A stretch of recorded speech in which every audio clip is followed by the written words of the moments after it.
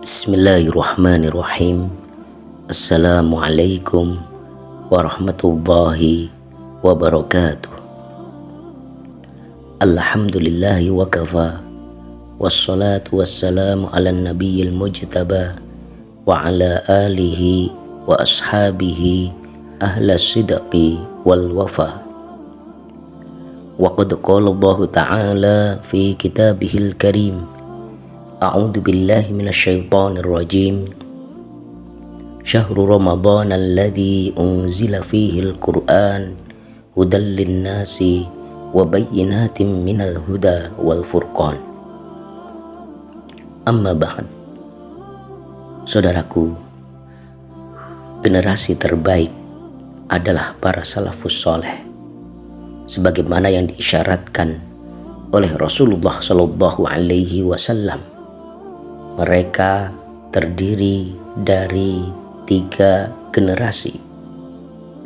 Beliau bersabda, khairul qurun qarni thummal ladina yalunahum thummal ladina yalunahum. Generasi terbaik adalah generasiku, yaitu para sahabat.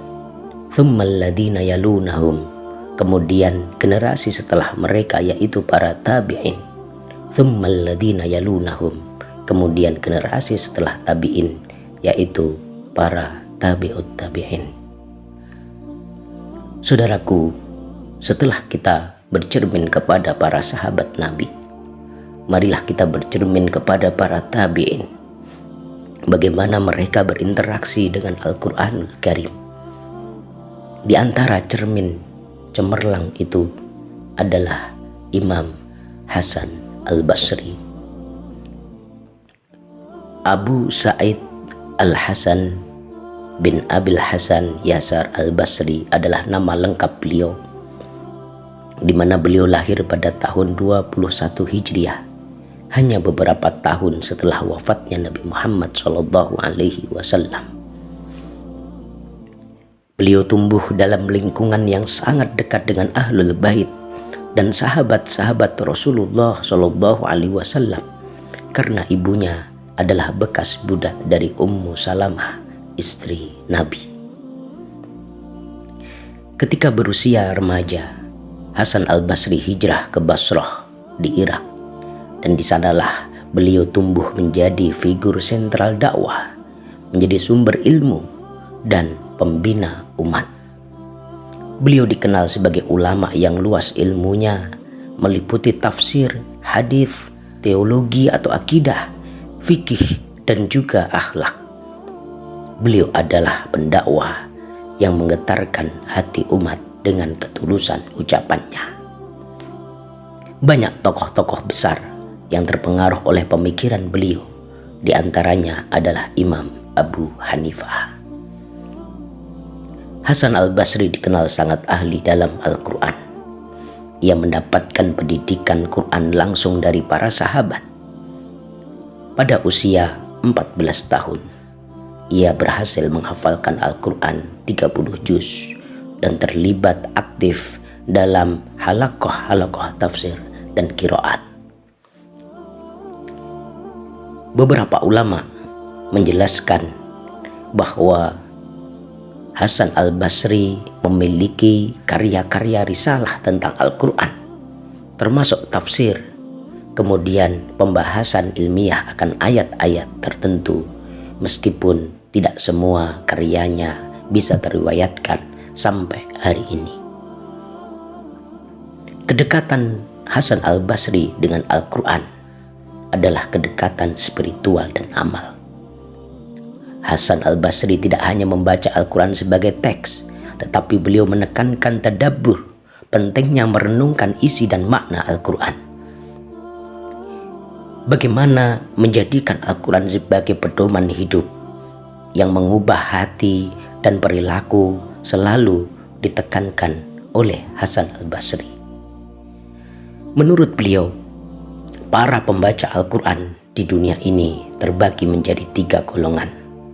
Yang pertama adalah mereka yang menggunakan Al-Quran sebagai komoditas duniawi, menjual ayat-ayat Allah dengan harga murah. Yang kedua, mereka yang mahir bacaannya tetapi tidak merenungkan maknanya. Dan yang ketiga adalah mereka yang membaca, merenungkan, serta menjadikan ayat-ayat Al-Quran sebagai obat hati dan pedoman hidup. Hasan Al-Basri mengingatkan agar kita tidak hanya fasih membaca, tetapi hati kita harus benar-benar bersama Al-Quran. Karena yang membawa manfaat hakiki adalah yang dimaknakan dan diamalkan dalam kehidupan.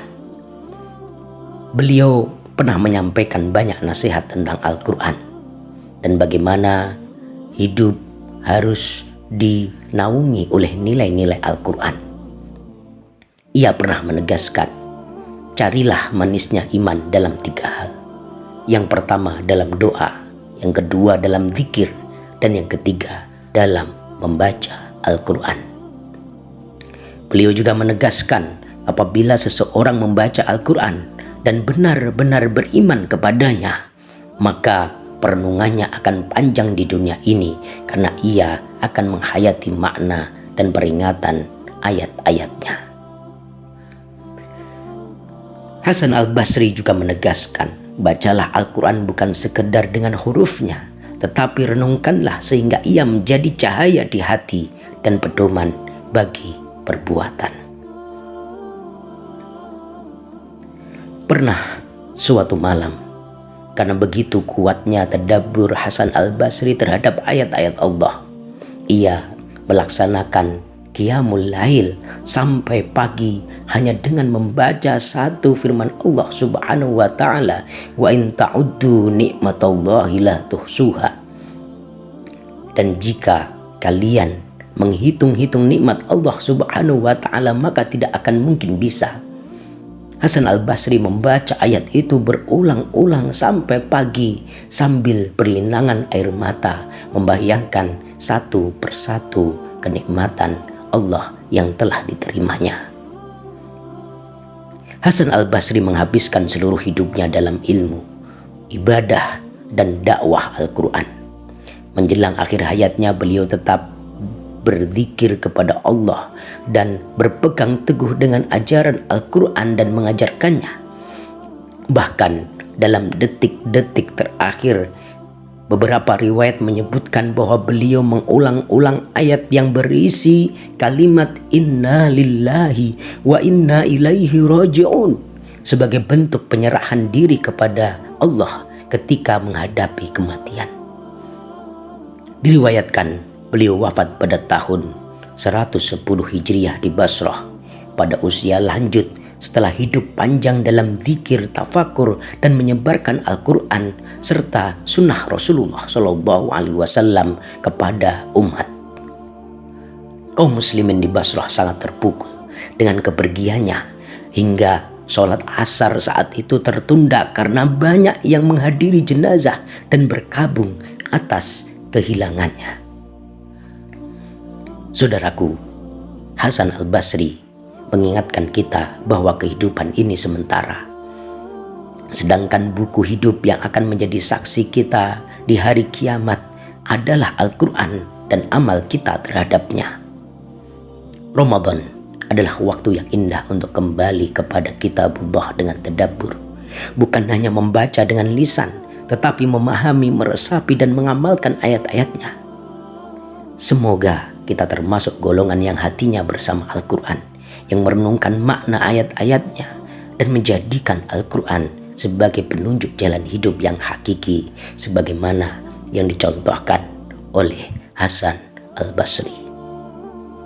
Allahumma arhamna bil Quran waj'alhu lana imama wa nura wa huda wa rahmah.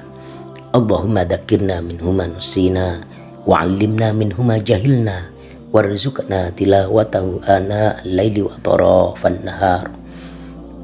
Allahumma ja'alna mimman yaqra'ul Qur'ana fayarqa wa la taj'alna mimman yaqra'ul Qur'ana fayashqa. Allahumma ja'alna lil Qur'anil karim minal hafidhin wa ila ladidi khitabihi mustami'in wa 'inda khatmihi minal faizin.